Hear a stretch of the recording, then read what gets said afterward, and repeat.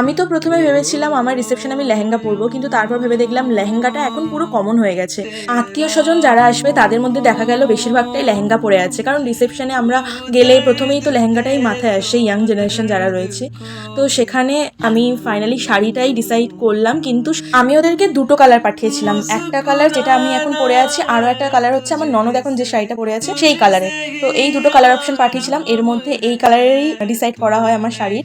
কারণ ওই কালারটার সাথে আমি চেয়েছিলাম একটু ফুল স্লিভ ব্লাউজ থাকবে, কিন্তু এত গরমে আমার বিয়েটা হচ্ছিল, তখন আমি কোনো ফুল স্লিভ ব্লাউজ পেলামই না, আর ব্লাউজ পিস নিয়ে বানাতে দেওয়ার মতো সময় আমার কাছে ছিল না। তো এখন যেটা পেয়েছি সেটাতেই সন্তুষ্ট থাকা উচিত। শেষে কিন্তু প্রচন্ড তাড়াহুড়োর মধ্যে ছিলাম, কারণ ওদিকে গেস্টরা চলে আসছে কিন্তু এখনো ব্রাইড গিয়ে পৌঁছলো না। সেই জন্য বারবার ফোনের পর ফোন আসতে থাকে, তাই তাড়াতাড়ি সবকিছু কমপ্লিট করে তাড়াহুড়ো করে ওখান থেকে বেরিয়ে আমি গাড়িতে উঠে পড়ি, কারণ প্রচুর ডাকাডাকি করছিল সবাই মিলে। তো দিদিভাইয়ের রিভিউ নিতে পারিনি, ওখানে গিয়ে নেবে।